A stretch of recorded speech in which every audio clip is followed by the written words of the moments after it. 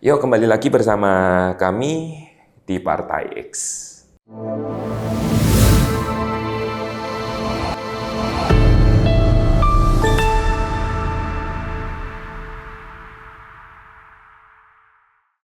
Teman-teman, banyak yang kayak ditanya tentang arti politik tuh mereka kayak di sisi lain, aku nggak mau bicara tentang politik, aku nggak berani tentang politik, politik itu apaan sih, politik itu negatif. Padahal sebenarnya arti politik itu apa sih? Kok banyak orang yang bilang politik itu buruk, politik itu negatif, politik itu dramanya para orang-orang yang di lembaga pemerintahan, di lembaga legislatif, eksekutif, dan yudikatif. Wow, gitu. Kok wow banget.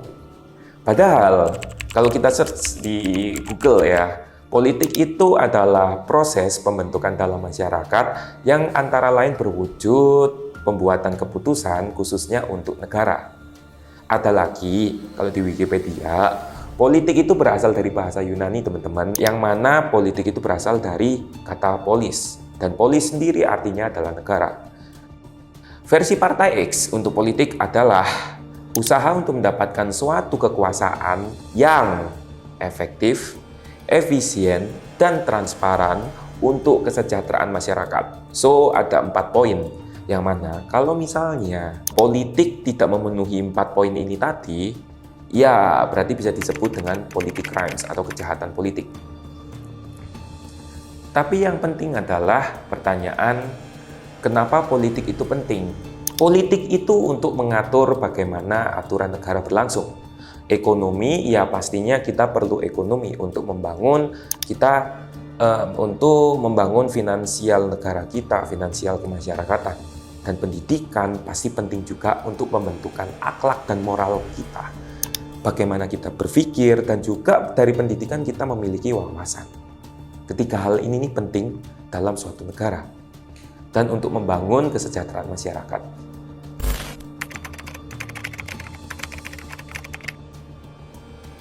Pendidikan di Indonesia ini cenderung dapat dikatakan rendah. Ya, di banyak artikel yang mengatakan bahwa pendidikan di Indonesia ini masih rendah. Buktinya adalah kita lihat data aja. Data proporsi tingkat pendidikan tertinggi yang ditamatkan penduduk Indonesia yang berumur 15 tahun ke atas. Dan data ini aku dapatkan per Maret 2023, yang mana lulusan SMA yang paling banyak, yang paling jadi mayoritas. Lalu yang lulus dari perguruan tinggi itu cuma 10,15%. 10,15% yang lulus perguruan tinggi. Dari data tersebut tuh mayoritas SMA kan, SMA sederajat, SMA atau SMK. Ya, bagaimana enggak? Banyak alasan yang mengatakan bahwa biaya pendidikan perguruan tinggi itu mahal. Sehingga mereka berpikir daripada sekolah mending aku kerja. Tapi di sisi lain, ya di dalam dunia pendidikan pun kita hal-hal yang harusnya kita pelajari, kita dasari di realita itu tidak diajarkan dalam pendidikan. Gitu. Contohnya bagaimana kita menghadapi suatu realita, bagaimana kita harus bersosialisasi yang menghadapi orang yang seperti ini. Itu banyak yang nggak diajarkan dalam pendidikan Indonesia. Dan juga di pendidikan Indonesia, kurikulumnya aja masih belum pasti, teman-teman. Masih banyak kebingungan tentang kurikulum pendidikan di Indonesia. Padahal perubahan kurikulum itu mengikuti yang namanya kebijakan dan juga mengikuti ilmu pengetahuan dan teknologi, mengikuti budaya dan segala macam. Tapi malah perubahan kurikulum malah membuat bingung pendidikan. Bahkan guru-guru pun, pengajar, pendidik juga bingung tentang kurikulum di Indonesia.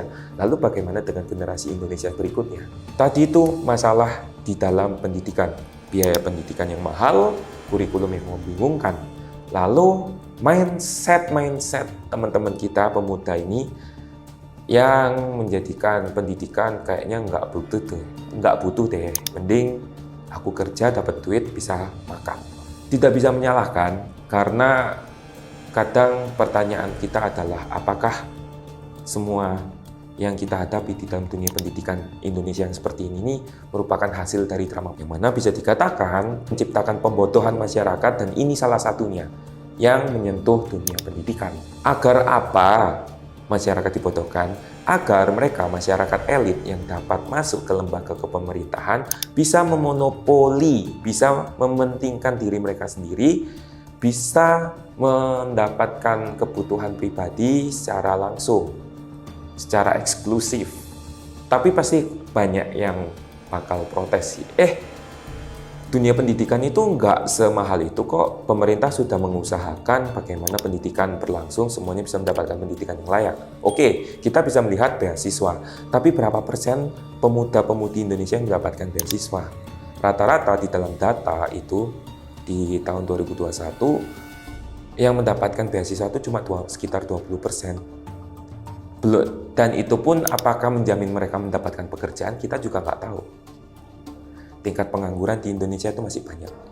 Di dunia pendidikan pun juga mulai ada masalah kan. Salah satunya juga masalah tentang program makan siang gratis yang akan diadakan. Yang mana kita dengar juga program makan siang gratis ini akan memotong dana BOS, dana biaya operasional sekolah.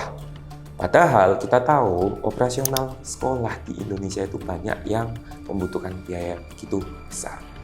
Lalu mau dipotong untuk makan siang. Ya, inilah pendidikan kita di Indonesia. So, tetap aku kembalikan ke teman-teman bagaimana opini teman-teman, dan teman-teman sampaikan di kolom komentar. Jangan lupa like, komen, dan juga subscribe. Lalu klik tombol notifikasi untuk update video kita yang terbaru. See you on next video.